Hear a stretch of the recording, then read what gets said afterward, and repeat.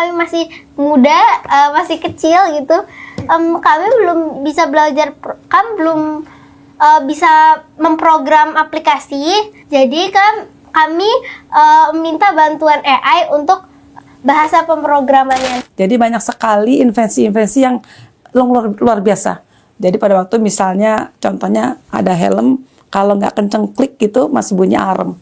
Jadi artinya tuh nggak sekedar pakai helm, tapi kan itu Safety menjaga ya, Bu, ya? safe. Kalau bagi saya ya, saya sih pasti kesel banget ya, soalnya kan itu ide kita susah gitu ya, cari Bikinnya, idenya, ya kan? bikinnya susah, cari ide susah.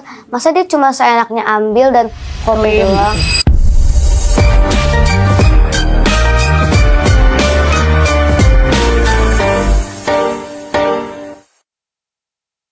Halo, berjumpa lagi di WhatsApp, waktunya Hukum Menyapa. Hari ini kita akan menyelami kisah inspiratif dari anak-anak Indonesia yang berhasil mengubah imajinasi sederhana menjadi karya yang bernilai dunia. Penasaran? Ini dia, kita langsung saja sapa, ada 3 Sri Kandi cilik. Sebelah saya ada siapa? Medina, Shana, dan juga Naura. Apa kabar? Alhamdulillah baik. Kabar kami baik. Oke, terima kasih sudah hadir. Juga nanti kita akan berbicara dengan Ibu Direktur PATE tentang kekayaan intelektual Ibu ya. Apa kabar Ibu? Baik, alhamdulillah. Oke, nah kita nanti akan banyak cerita ya tentang adik-adik ini yang habis menang award ya kalian ya dari WIPO Internasional. Itu gimana sih ceritanya kalian bisa membuat ide yang luar biasa? Idenya dari mana? Sebenarnya ide kami ini berawal dari, untuk proyeknya sendiri berawal dari keprihatinan kami terhadap lingkungan sekitar. Karena kami sering melihat di sekolah terutama saat makan siang banyak sekali siswa yang tidak menghabiskan makanannya, Oke, terus? yang menimbulkan tumpukan sampah makanan. Nah, ternyata fakta ini dibuktikan oleh PBB yang mengatakan bahwa Indonesia adalah penyumbang sampah makanan kedua terbesar di dunia. Nah, itu kan banyak sekali ya. Sementara di sisi lain, Indonesia itu menempati peringkat kedua di Asia Tenggara untuk tingkat kelaparan. Nah, itu sungguh ironi ya Tante, karena di mana orang-orang buang-buang makanan, tapi di sisi lain justru ada orang yang membutuhkan makanan itu. Oke. Jadi kita pun mulai membentuk tim dan mengikuti sebuah lomba bernama ICIA 2025. Lebih tepatnya International Creativity and Innovation Award yang kami ikuti pada tahun 2025. Nah, kami bertiga berada dalam satu tim membuat proyek mengenai ketahanan pangan. Oke, Tante mau nanya ke Medina deh. Medina, waktu diajakin project ini, apa yang dipersiapkan awalnya? Yang dipersiapkan mungkin bahan riset ya. Oke. Terus alat-alat yang dibutuhkan untuk riset, dan tentu menyiapkan mental untuk pas presentasinya. Kalau Nora sendiri ngerasa kesulitannya apa waktu ikut lomba? Kesulitannya sih kita kan pas itu presentasi pakai bahasa Inggris, jadi kan kurang terbiasa ya, kita hari-hari juga pakai bahasa Indonesia, jadi agak susah. Terus Tante mau nanya, sebenarnya kalau menurut kalian, apa yang kira-kira bikin kalian menang ya? Dari karya kalian ini ya? Sebenarnya faktor yang buat kalian menang tuh ada banyak. Disampaikan juga oleh jurinya bahwa pertama proyek kami ini menyentuh akar masalahnya, jadi menyelesaikan masalahnya. Nah, berikutnya juga ada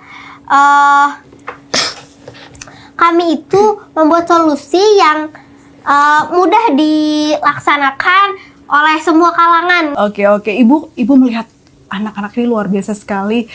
Memang ini adik-adik ini sangat luar biasa. Karena jujur saja itu di Indonesia tuh masih sedikit tingkat anak-anak itu yang melakukan riset, apalagi kemudian menang di internasional. Begitu juga jumlah permohonan paten, anak-anak pun di Indonesia masih sedikit sekali. Oh Ibu, berapa yang sudah terdaftar? Yang sudah masuk itu 19, rata-rata itu juga anak SMA. Jadi artinya yang ini tadi. Jadi mudah-mudahan kita dengan melalui podcast ini bahwa ternyata inovasi itu bisa dilakukan oleh siapa saja. Bisa dilakukan baik anak-anak maupun tingkat sekolah pertama, menengah, sampai juga nanti yang di suatu perguruan tinggi maupun dari Litbang. Jadi mudah-mudahan ini bisa nantinya menginspirasi anak-anak Indonesia lainnya, bisa juga kok menang di internasional, diakui, apalagi kemarin juga setelah menang di Vietnam, dan juga dari DJKI diberikan namanya WIPO School Children Award tadi. Ibu, bagaimana cara atau mungkin pemahaman kepada masyarakat supaya teredukasi kekayaan intelektual sejak dini? Oke, baik, terima kasih. Sebenarnya DJKI juga telah memiliki program unggulan itu melalui RUKI, Guru Kekayaan Intelektual. Jadi pada waktu itu tahun 2023 oleh Menteri Hukum dan HAM pada saat itu kita launching namanya RUKI seluruh Indonesia. Jadi teman-teman dari kantor wilayah itu juga untuk sosialisasi ke sekolah-sekolah. Karena negara lain pun sudah memulai mengenalkan dari sejak usia dini tadi. Jadi kami memberikan kepada di wilayah kantor wilayah, jadi arti kantor wilayah itu yang mengeduket kepada masyarakat agar KI ini juga tersentuh kepada generasi muda, terutama anak-anak sekolah tadi. Ibu Lastami, kalau bicara soal edukasi, itu umur berapa atau usia berapa anak bisa diberikan mengenai KI ini? Baik, kami program yang RUKI tadi itu mulai dari SD. Jadi pada anak SD sudah kita mulai kenalkan. Kemudian ada lagi kami punya juga lomba inovasi. Waktu itu anak-anak SMA juga memang. Jadi banyak sekali invensi-invensi yang luar biasa. Jadi pada waktu misalnya contohnya ada helm, kalau nggak kenceng klik gitu masih bunyi alarm. Jadi artinya tuh nggak sekedar pakai helm, tapi kan itu safety, menjaga safety. Jadi artinya gitu. Terus kemudian lagi dulu ada lagi anak SMA itu dari yang sampah, kan contohnya di Bali tuh banyak sekali daun bunga Kamboja. Itu dihancurkan, dicampur dengan beberapa sampah-sampah yang lain, dibikin itu untuk kedap suara. Oke, jadi ternyata sudah banyak sekali karya-karya anak-anak Indonesia ya Ibu. Betul ya. Medina, Naura dan juga Shana, dukungan orang tua apa nih kalau pas kalian lomba? Selain orang tua, sekolah ngapain nih kira-kira? Supportnya? Support orang tua sangat banyak dan berarti bagi kita. Karena ya namanya juga kita masih anak-anak, kita butuh bimbingan besar dari orang tua untuk mencari informasi, berlatih presentasi, belajar bahasa Inggris, dan lain-lain. Kalau dari dukungan orang tua aku sih, kalau kita nggak bisa lah ya kalau nggak ada orang tua. Jadi kalau misalnya nih kita nih udah kurang ngerti nih, kayak ya udah kita tanya gitu, situ ikut bantuin juga.